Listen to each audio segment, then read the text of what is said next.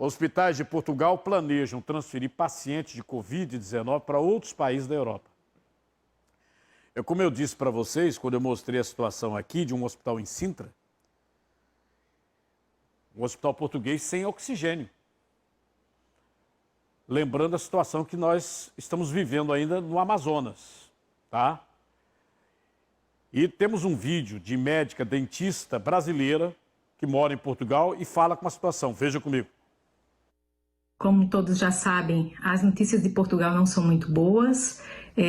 Hoje Portugal lidera todos os rankings mundiais com relação à pandemia. Esse cenário se deve ao alívio que tivemos nas medidas restritivas durante o período de Natal, contrariando todas as orientações dos especialistas. As autoridades de saúde têm alertado que esses novos casos registrados nessas últimas semanas, 60% são da nova estirpe inglesa. Então, os hospitais eles estão operando no limite da capacidade, inclusive hoje eles já contam com a possibilidade de ter que transferir pacientes para outros países da União Europeia. A vacinação tem se dado de forma muito lenta, vários reajustes já foram feitos no plano de vacinação e apenas 2,5% da população foi vacinada.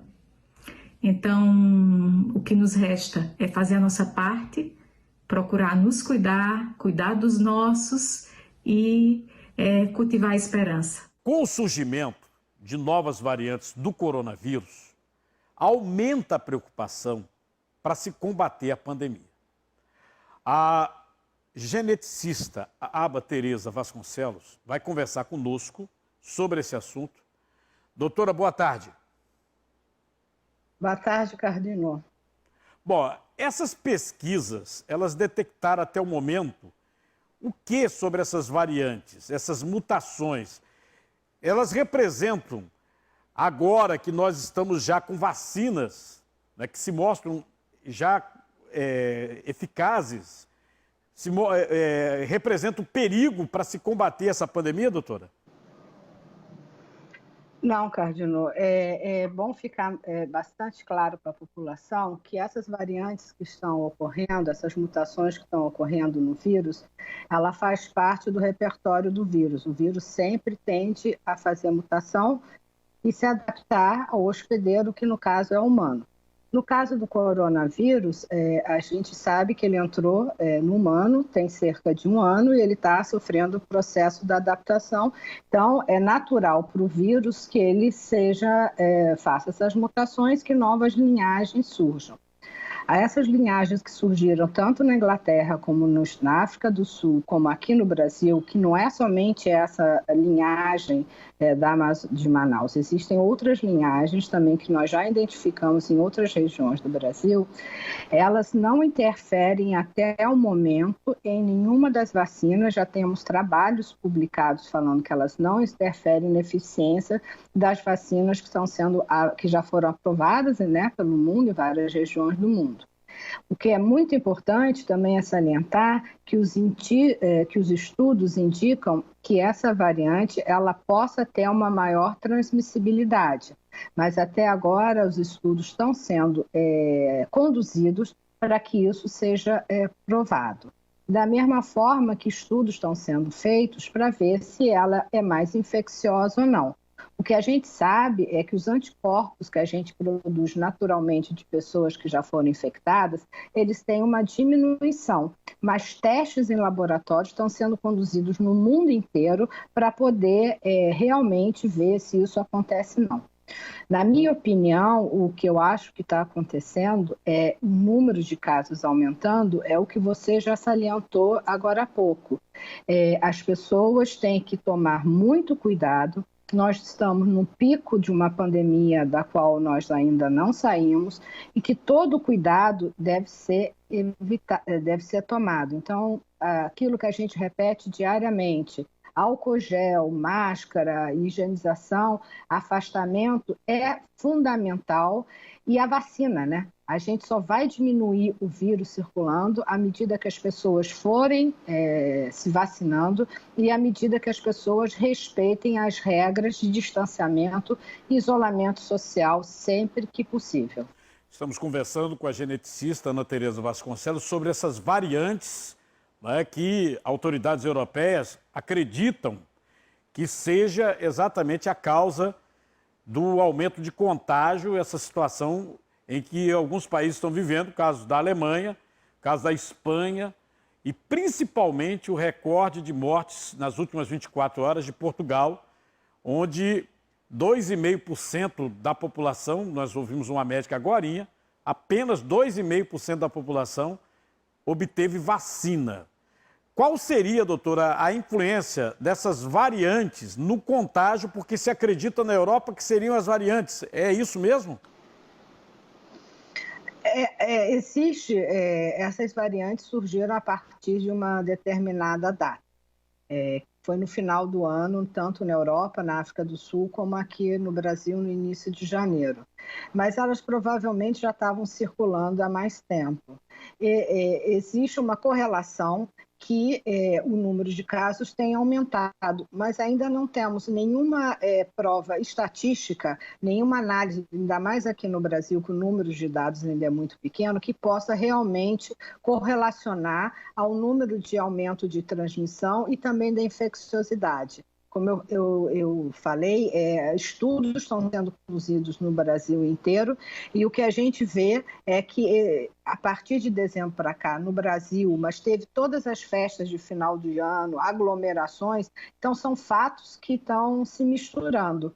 Mas, sem sombra de dúvida, essas mutações são em regiões importantes do vírus, que é naquela proteína que a gente chama de S, que faz a interação do vírus com a célula do humano, e que essas mutações estão sendo selecionadas no vírus. Então, a gente tem que continuar fazendo o que a gente chama de vigilância epidemiológica e solicitando que a população continue usando máscara, fazendo o distanciamento exigido para que esses números de contaminações diminua.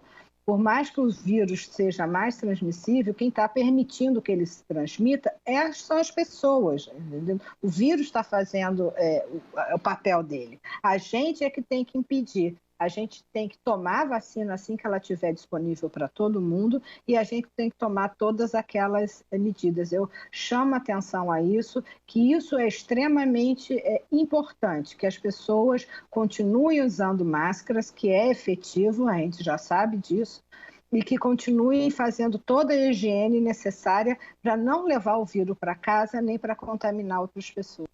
Doutora Ana Tereza, aqui em Pernambuco, o governo está tentando melhorar o sistema de transporte coletivo, que desde o início da pandemia, infelizmente, é um transporte que não funcionava antes e causou aglomeração, ainda está causando aglomeração. Ministério Público em cima, Tribunal de Contas do Estado em cima, a OAB, a Ordem dos Advogados do Brasil, mas esse é um assunto que o governo tem que resolver.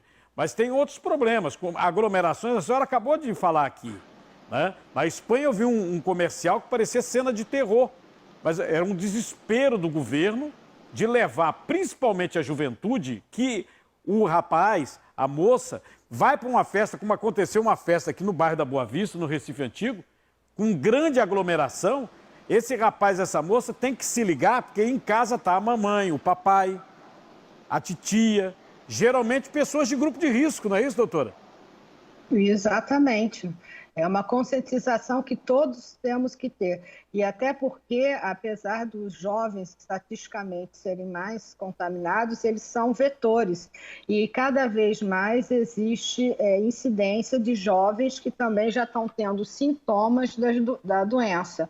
Então, esse vírus ele ainda é muito desconhecido. A gente tem que salientar que a gente teve um avanço enorme. Em um ano, a gente já tem 4, 5 vacinas sendo produzidas no mundo, mas a gente ainda tem que estudar muito. A gente está começando a descobrir esse vírus, a gente não entende por que ele infecta de uma forma mais grave algumas pessoas e outras mais leves. Então, como a gente ainda não sabe, todos nós temos que ter a consciência de ficarmos protegidos para não contaminar o próximo, porque a gente não sabe como é que o organismo do próximo vai reagir.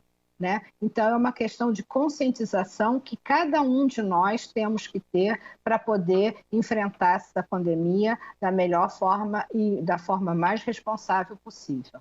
Na média móvel brasileira, a gente mostrou aqui que esses casos têm aumentado também a questão da mortalidade. A senhora acredita que vai precisar um novo tipo de exame para comprovar essas variantes, essas novas variantes, ou esse exame que nós temos já basta? Esses exames já são suficientes para a gente detectar, tanto que a gente detectou essas variantes. Nós estamos monitorando também os testes de diagnósticos para ter certeza que essas variantes são identificadas usando esses testes que já estão sendo usados, né, nos laboratórios normais. Então, a gente tem a segurança que a gente consegue sim detectar essas variantes com os testes no momento. Por isso que a gente sequencia tanto, para ver se tem alguma mudança numa região que poderia comprometer. Então, os testes são seguros, a vacina é segura, o que não é seguro é ficar na rua sem máscara, sem as devidas precauções, tá bom? É bom sempre lembrar que a doutora Ana, ela está responsável por vários exames que estão sendo feitos no Brasil nessa questão dessas variantes genéticas do novo coronavírus. No caso, a senhora acredita que amanhã ou depois, vírus, ele sofre mutação. Isso aí a gente já sabe de quais salteadas, até por nossa experiência com o H1N1, né? A gripe, todo ano a gente tem que mudar a vacina. Será que a gente vai ter que mudar a vacina mais adiante ou a senhora acredita que vai se conseguir? É uma questão que a gente não pode responder ainda, né? Mas, de qualquer forma, se tiver que fazer, essas vacinas, elas têm formulações que a gente pode ser adaptada. Nesse primeiro momento, a gente precisa tomar essas vacinas que estão disponíveis para o vírus diminuir, e à medida que a gente diminuir a quantidade de vírus circulante, se a gente encontrar algum vírus que até permaneça, vamos dizer assim, na população, outras formulações as vacinas podem ser adequadas para essas novas formulações. Isso é uma coisa que, como você salientou, já acontece com o vírus da gripe, né, com a influenza, e que no corona também pode ser feita a mesma alteração. É viável.